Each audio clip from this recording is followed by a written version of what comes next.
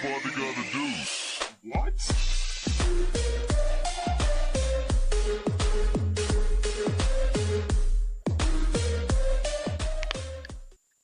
Hey guys, it's your boy Japanese Tutor, and we're gonna do the Taimonov Sicilian today. And there are a lot of people who like the accelerated dragon video that I put, or how to train my dragon. Thank you guys. That received so much love in just one day. So thank you guys for subscribing and liking, and wow, so much support on the YouTube. So thank you so much. So we're gonna go over the Taimonov Sicilian. There are so many different Sicilians, and this one's kind of cool because it's kind of like it leads into a lot of the similar positions with the Paulson and with the Khan. Right, and I want to show you some of the main ideas. Okay, so the Sicilian obviously starts off as e4 and c5. Okay, knight f3, e6, d4, takes, knight takes. Okay, now again in Sicilians it is not good to take because I will retake with my b pawn and then push d5. That is one of my main goals as a Sicilian player, is to push d5 and counterattack the center. So if you're going to let me play d5 and you're going to strengthen my d5 push by giving me another pawn to protect it, and I can have all of my pawns in one row, I'll take that opportunity at all times. So after bam, knight c3, here, queen c7, and bishop e3. So the bishop e3 is a really good move in a lot of Sicilians. I mean, even in the Taimonov. There are a lot of lines that you can play against it, but I'm just going to show you some of the more played lines. And a6. We don't want this knight kind of harassing over here. And thank you so much for the follow. I really appreciate it. And our goal in this is to play here, and eventually we would like to trade these pieces off, if possible, because we do have dark square weaknesses, as you can see, right? We have a lot of dark square weaknesses. So if we can remove the defender or the attacker of the light squares, is good for us. Black can do this in two ways. One, you can play here and try to trade off a little bit later, not now. Or you can play d6 and play a little bit quietly. Okay? So you can decide. There's also this bishop e4 line that can be played, but but bishop d3 attacking here, and now bishop e4 doesn't make sense because our pawn's already kind of protected by the bishop move. So knight f6 is what I recommend you guys play. Wow, thank you, Attila, for following. Yeah, there are a lot of tricky lines, and Norwegian Chess Giant points out that where they play knight db5, trying to attack and hit this square. So just be careful and just play a6 before they have the chance to do that. Okay. There are two lines that you can go into as white. So sorry, I should have mentioned that before bishop d3. So two lines. One line is you can castle kingside or you can castle queenside. Okay, so bishop d3 is making way so I can castle kingside. Knight f6, bam. Or you can play queen d2, but I like playing queen f3. Queen f3 is like spicy. It's my preference. Again, the same moves apply. Bishop d6 can be played, or knight f6. Either one's fine. So knight capture c6 here, or castles is a very nice move, threatening some stuff, because you can threaten some stuff like knight db5. Like, let's say we just make some random move. Now knight b5, and now I'm attacking the queen, right? So takes, and now I'm attacking here. So you got to be careful about this. Okay, guys? Be careful, because you're going to get in some trouble. And now the queen's attacked, and then hello, and we're in your house. So if they castle queenside, don't let this happen. Let's say queen f3, here, castles. You can play bishop b4.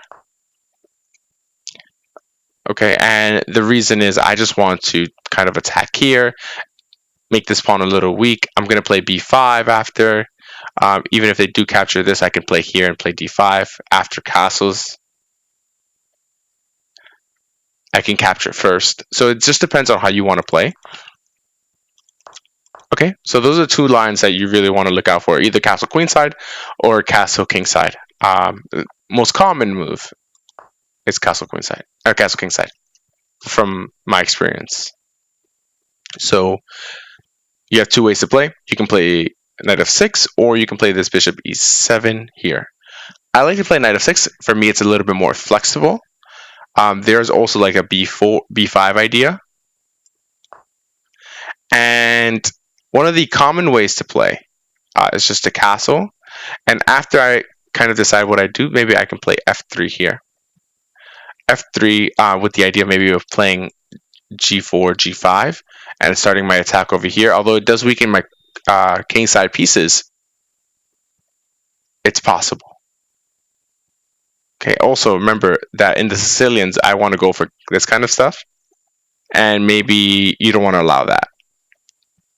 All right.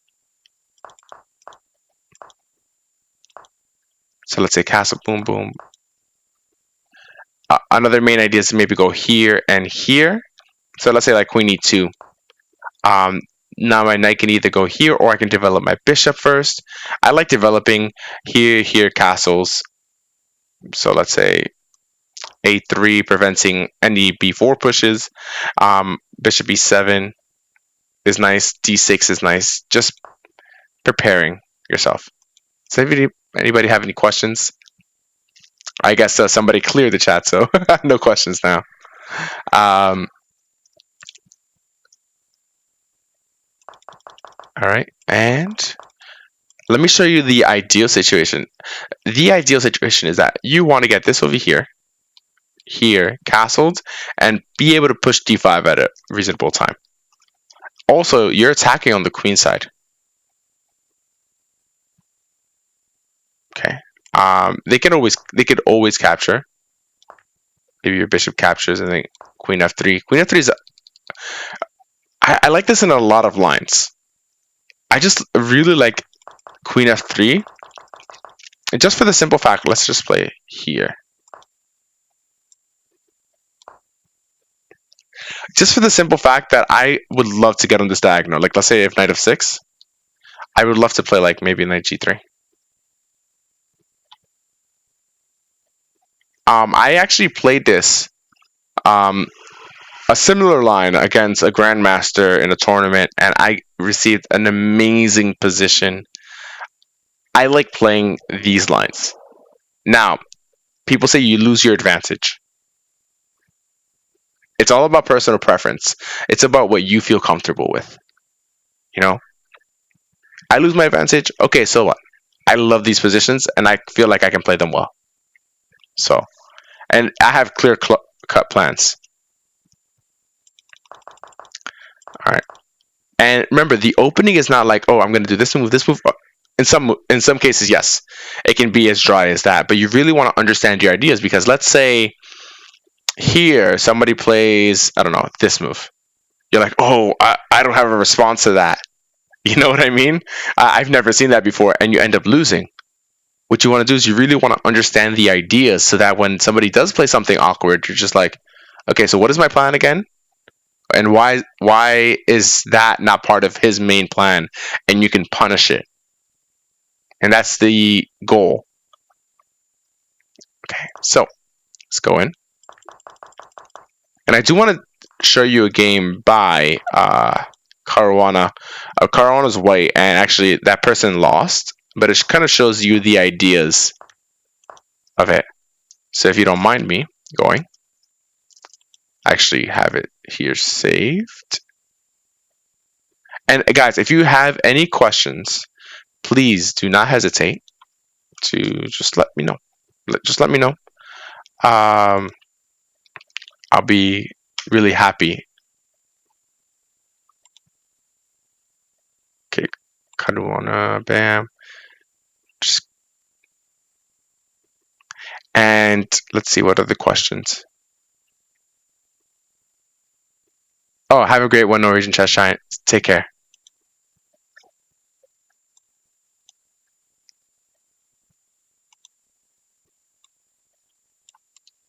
All right. So here we go. I'm going to make a new analysis, and we're going to just load this in. Beautiful. And we're going to look at it from Black's perspective. And these guys, again, no joke, about 2,500. Well, Caruana is obviously a little bit stronger than that. And I like to let them do my homework. All right, so main moves and queen f3. Caruana playing queen f3. But honestly, it's a main line, or a standard deviation, if you will. Bishop d6.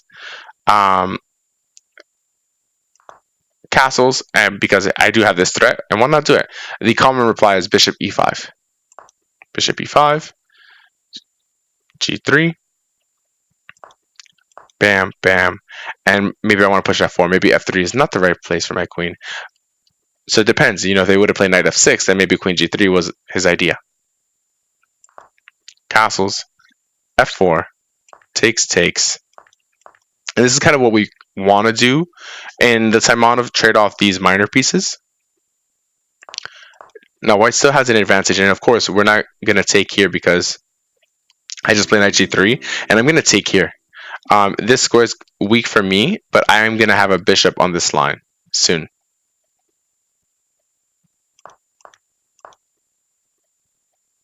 And this game, actually, Caruana goes down. If you can see, 1, 2 pawns, and they're missing 3. So Caruana actually goes down a pawn. And some of the ideas is that you do want to develop this bishop. That's why a6 is key, because sometimes you want to push b5. And they're saying, hey, I don't want you to do that. I want to develop my bishop and also prevent your bishop from developing. d6, I'm going to develop my bishop this way. So now the moves make sense. Check, and I'm also protecting my knight. You have to do something about the check. And I'm going to develop. Okay, now I say, okay, take your pawn back. Okay, and so even though Caruana won this game, I want to go back and kind of see the elements of the position and why they play what they play. Take, knight c6, boom. So we want to defend here, have potential here, and just develop a piece. Remember, knights before bishops. Queen c7. Hitting this line, not allowing bishop f4. Bishop f4 sometimes in these positions is kind of annoying. Maybe not in this exact position because we always have e5, but they can just take and take. But just play this and bishop d6. Bishop e3, and bishop e3 is obviously one of the main staples of any Sicilian position. Well, not any, but a lot of Sicilians. It's very strong, and you do not want to trade off this bishop for this knight. So just be careful of that. Does this only happen if your opponent plays e4 and c5? Yes. Yes. It's a Sicilian when you play c5. Oh, thank you so much for the follow, and 2 follows. Thank you so much, and welcome, Eli. All right. So a6, stop any funny business, and I'm gonna stop over here. Now if they castle, bam. Now I play bishop e5. That's one of the main things. Okay, and we're just gonna play along this line, and we're gonna trade off our pieces, as mentioned, and play this middle game. Super easy. For me, I feel like the Taimonov is a really easy opening to understand. You're going for some main breaks, and if I can play d5, you play d5, b5, boom, and then it enhances the d5 break because this pawn's on e6 a lot of the time. I feel like even here, I don't know if e5 had to be played. Maybe you can play b5 here and just go on with the same plan, right? You always have like this kind of push coming sometimes, and that's a threat, right? And you can always play e5, right? Let's say if here, then I just play, my bishop here, or I can do like knight c6. Like this position is amazing, and I want to play d5, sticking with my main plans. So there are always can be some improvements. What about knight b5? What do you mean where? Where do you want to play knight b5?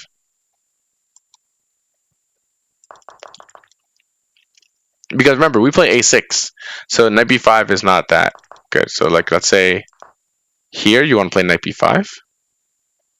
Takes. I mean, again, it's for a pawn. But sometimes if you play b5, oh, you're saying here if I play b5, and what if knight takes? Then I'm just winning, right?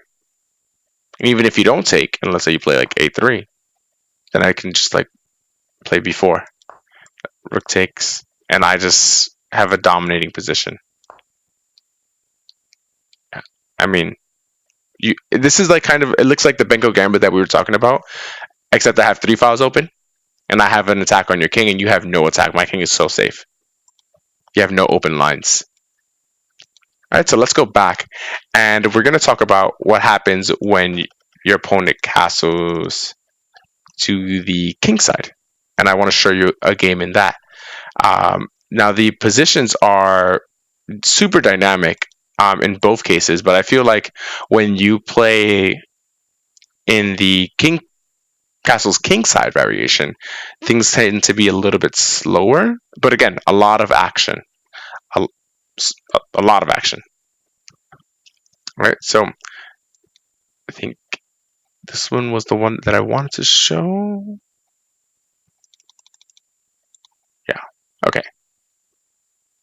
So this is a game Carlsen, and Black won this one. This is it in 2006. Now, although it's Blitz, their preparation, the opening is going to be immaculate. What's going to happen after that is just skill. And, you know, Blitz. All right, so let's take this. We're going to copy it over here. All right, here we go. So we're going to look at it from Black's point of view. And if you are saying, I'm never going to play the Taimonov Sicilian, why am I learning this? It's good to know, because now if you want to play e4, now you know some of the structures.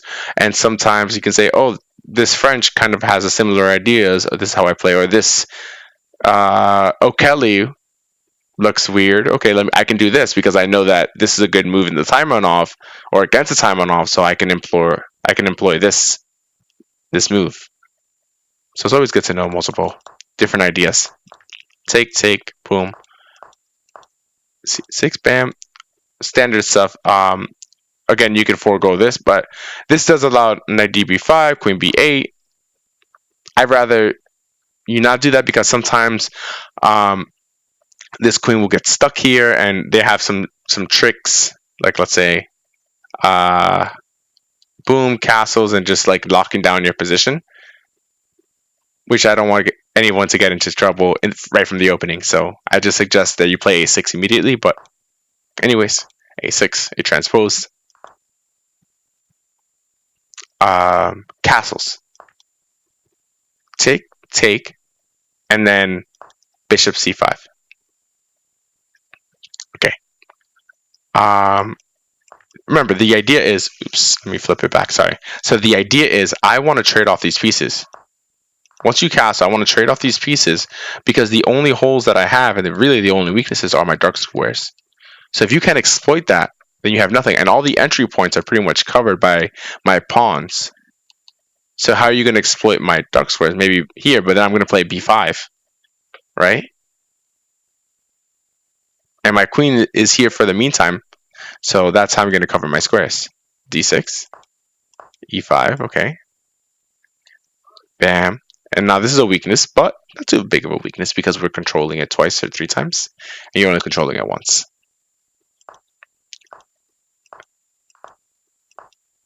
Okay. And one of our main ideas, again, b5. We can put the rook on the c file. We just got to be careful. We don't want this knight to get active. and it's just now we just maneuver pieces. See, slower pace than the queenside castle version, but still in line with our ideas. Trade off pieces and attack on the queen side. So now you know how to play this, and I'll show you the rest of the game. Well, at least in the middle. Trade off pieces. And a lot of the time when you go into the end game in the Sicilian or playing against the Sicilian, it's about even or equal for black if you're able to get to the end game. So I always enjoy playing Sicilian end games. I tend to win a lot. This is drawish, but I mean, I just feel like, yeah. And look at that. Look at that beauty.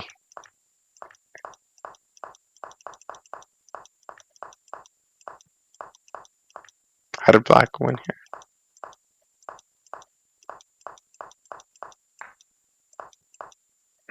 How did black win here? Oh, wow. That's nice. Okay.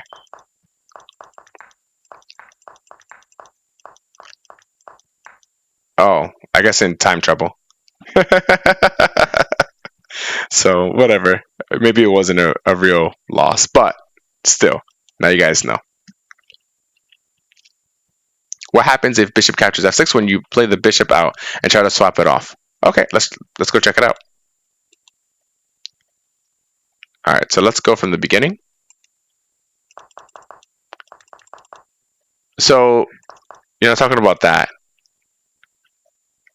The bishop can the bishop take on f6? Oh, I see. So what if the bishop takes here? So actually, we would prefer this. The reason why is because once we take, now we have an open file to the king. Let's say queen g4, and this is playable, but I'm going to play king f8 key. This is the key right here. Let's say I play something, I don't know, just try to prevent this, maybe play that. Play h6, and I can play like this, and some ideas are going to come up. b5, boom, boom, boom, and I'm going to be good because now I'm going to just attack on your king side instead. Let's say like here, b5, say f4. Oops, I can't play f4. And we're just going to play it on this side.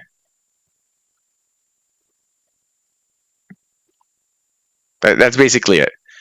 I mean, we can even play something like this.